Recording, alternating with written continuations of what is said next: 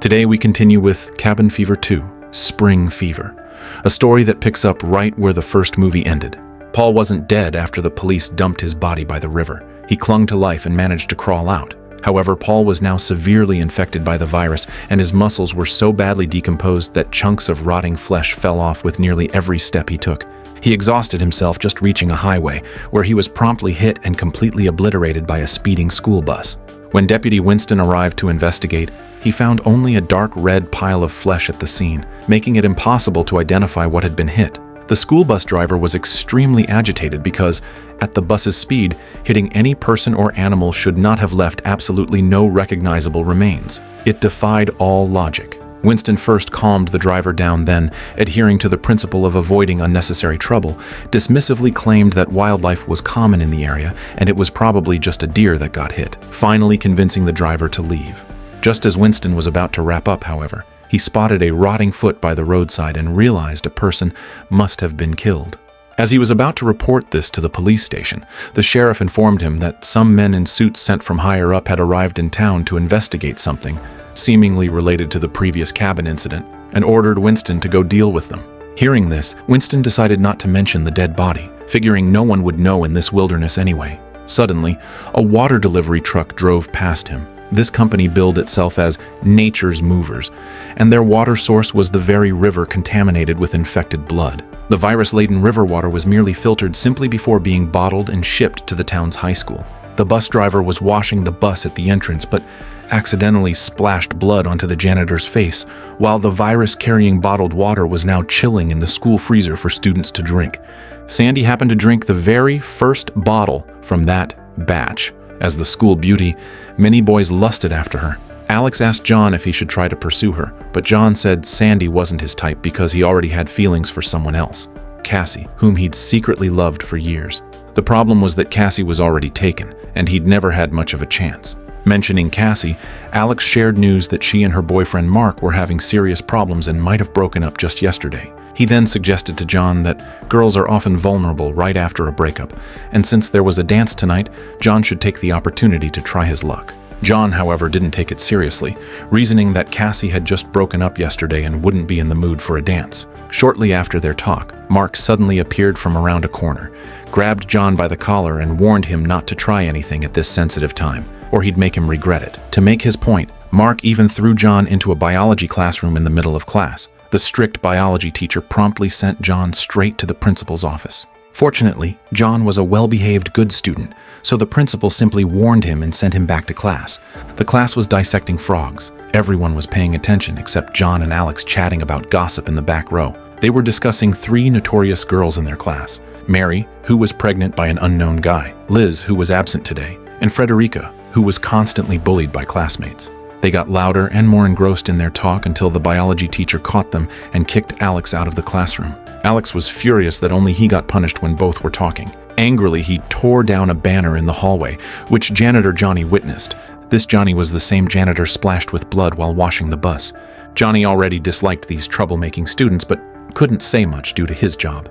With nothing to do, Alex wandered around and stumbled upon Liz crying in an empty classroom. After a brief chat, Alex learned she was so upset because her boyfriend had dumped her. Liz had a reputation for being wild.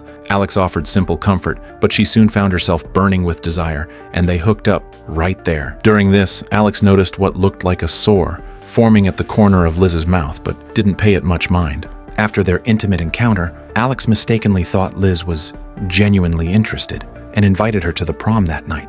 But Liz only did it to get back at her ex. Hearing his invitation, Liz dismissively said she had a shift at work but might come if she found cover. She then straightened her clothes, grabbed her water bottle, and left. Meanwhile, John was heading home after class when 2 friends stopped him, inviting him to watch a movie that night. John felt hanging out with 2 guys wasn't that exciting and started looking for an excuse to decline. Just then, his crush Cassie walked over, saying she felt down and asked if he'd walk with her. John's eyes lit up with joy, unable to believe such a great opportunity had fallen into his lap. They were practically childhood friends, but John's shy nature and inability to express himself had prevented him from ever confessing. With high school ending soon and everyone going their separate ways, John didn't want to miss his last chance and finally gathered the courage to ask Cassie to the prom. Cassie, however, said she had to help her family that night and didn't know when she'd finish. If she had time, she might consider it. Elsewhere, Winston was eating in a diner when a water delivery worker nearby suddenly convulsed and collapsed. People who rushed to help saw his skin had started festering. Winston seemed to sense something was wrong and quickly left in his patrol car. He recalled the worker's festering skin. It looked disturbingly similar to Paul's from the cabin case. Combined with the fact he dumped Paul's body by the river, and the sick person worked for the water company, Winston finally grasped the severity of the situation. He drove straight to the water purification plant, intending to check the delivery manifests to see where all the contaminated water had been sent. The school's prom was also underway as scheduled, and John, rejected by his crush, received a call from Alex. Since Alex still harbored fantasies about Liz, he wanted to drag John along to the dance, thinking that if they saw Liz, he might get lucky again. So they decided to go to the dance together. But just as Alex was about to leave, he noticed one of his fingernails seemed to have detached. Seeing this abnormality on his body, he didn't take it too seriously. Instead, to maintain his image in front of Liz, he simply glued the nail back on with adhesive. He planned to have a good time tonight and go to the hospital tomorrow for a checkup. At the school, Frederica, unable to find a date, was handling logistics duties at the prom. She started by pouring large amounts of bottled water over ice, then added several scoops of strawberry powder to make a drink. Just as she was tasting her creation, Rick suddenly came over and started chatting her up. Because Frederica was always the target of bullying, she never imagined a boy would talk to her like this. With just a few sweet words, Rick had Frederica blushing with excitement. Soon they made their way to the swimming pool and began playing happily inside. Meanwhile, janitor Johnny, wanting revenge for the banner being torn down earlier, unbuckled his belt intending to add some nutrients to that bowl of punch. But halfway through relieving himself, he noticed he was urinating blood. Fortunately, the strawberry punch was also red, so a little blood wouldn't be noticeable. Over at the pool, things were also winding down for Frederica, but just as they were finishing, Rick accidentally knocked out Frederica's front tooth. Seeing her mouth full of blood, Rick found it utterly disgusting. It turned out that the only reason he approached Frederica was because he lost a game. He was about to just walk away, but noticed Frederica seemed to be drowning. Losing a tooth shouldn't cause that much bleeding. Rick quickly grabbed a pole to try and help Frederica, but he slipped and was pulled straight into the water by her. As he fell, he also hit the back of his head hard on the pool edge, and they both drowned. Meanwhile, Winston successfully found the water delivery manifest and learned the contaminated water had already been sent to a school. Now the situation was truly blown wide open. Winston, unsure how to handle it, immediately called the sheriff. At the same moment, numerous armored vehicles surrounded the water plant outside. It seemed the higher-ups had tracked it down. Seeing this, Winston urgently told the security guard that if anyone asked, he must never say they delivered water recently, or those people would cause trouble for him. Then he quickly left through the back door. Unbeknownst to him, as soon as the guard opened the door, the people outside shot and killed him without even asking questions. Hearing the gunshots from inside the room, Winston had already realized how serious the situation was. The city had essentially fallen, and the people in charge had begun indiscriminate extermination of the residents to prevent the virus from spreading. To survive, he had to escape using desperate measures. Back at the school prom, the dance officially started, but neither Alex's nor John's crushes had shown up. Therefore, both were disappointed and a bit bored. Alex thought about having a drink then going home to sleep, but noticed the punch had a strange smell. John hadn't planned on drinking any punch, but Alex's comment piqued his curiosity, so he also poured a cup to taste. Fortunately, Cassie appeared just then, surprising and delighting John. He casually handed the freshly poured drink to Cassie. They were chatting happily when Mark suddenly appeared out of nowhere. He took Cassie's hand, acting very intimate. This made John furious just looking at it. Meanwhile, the drink made its way into Mark's hand. The two love rivals were on the verge of a fight, and Mark kept provoking John with harsh words, saying that Cassie would never be into someone like him, and that the girl John saw as a goddess was nothing more than his personal plaything. John was so angry he wanted to throw a punch, but Mark twisted his arm. Luckily, the principal noticed this scene in time, but he only saw John move first. Unaware of the whole story, he directly grabbed John and threw him out the door. Faced with the principal who wouldn't listen to reason, John finally couldn't take it anymore and started shouting curses at him. While they were arguing fiercely, Cassie ran out after them.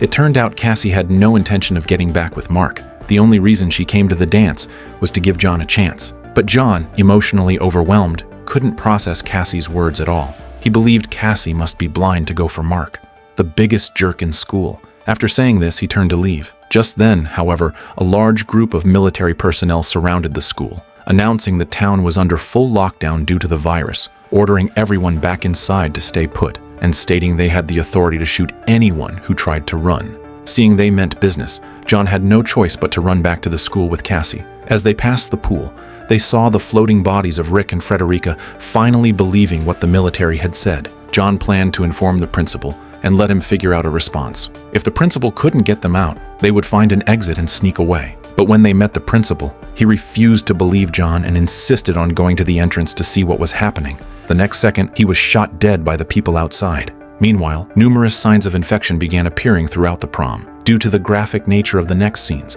and for the sake of sensitive viewers and content approval, the violent sections are shown in black and white. As chaos erupted at the prom, the troops outside stormed in. They first used heavy tear gas to disperse the crowd, then systematically shot people one by one. The sounds of the commotion from the dance reached John, Alex, and Cassie. They decided to escape through the school's small back door. That exit was relatively hidden and likely not yet blocked by the military. Before escaping, though, they felt it necessary to check themselves for symptoms to avoid infecting each other during the escape.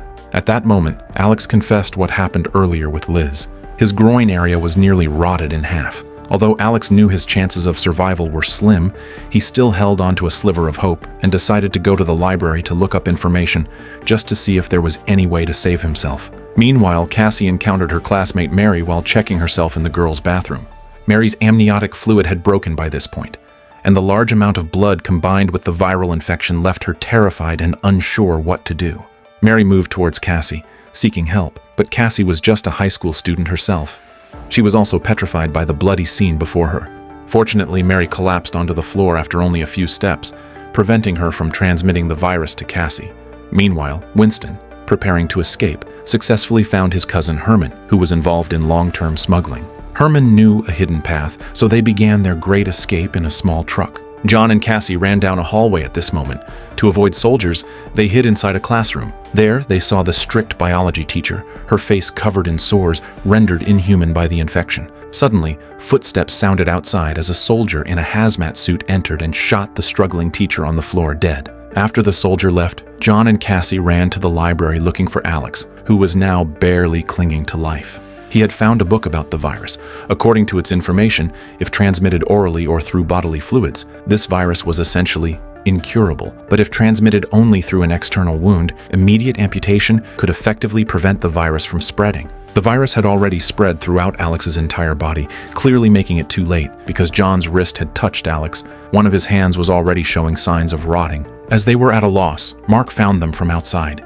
He demanded Cassie open the library door. Cassie, however, fearing viral infection, told Mark to get lost. So Mark took his anger out on a classmate who called for him to run, beating this unlucky guy to death. After Mark left, John and Cassie made their way to the school storage room. To stop the virus spreading, John planned to amputate his arm using a chainsaw found there. Coincidentally, Cassie had applied to medical school, so she knew a little about where to amputate and how to stop the bleeding. Having endured such a great ordeal together had also deepened their feelings considerably. Suddenly, the persistent Mark appeared and knocked Cassie down with a hammer, then went after John to kill him. Fortunately, Cassie grabbed a nearby nail gun and shot it into Mark's head. Finally, not daring to waste any more time, they successfully escaped through a small door at the school. But they were quickly spotted by military searchlights. Panicking, they fled into a patch of woods. Along the way, John, weakened from blood loss, couldn't run anymore, so he decided to buy time for Cassie to escape. John used his last strength to grapple with the pursuing soldiers, creating an escape opportunity for Cassie.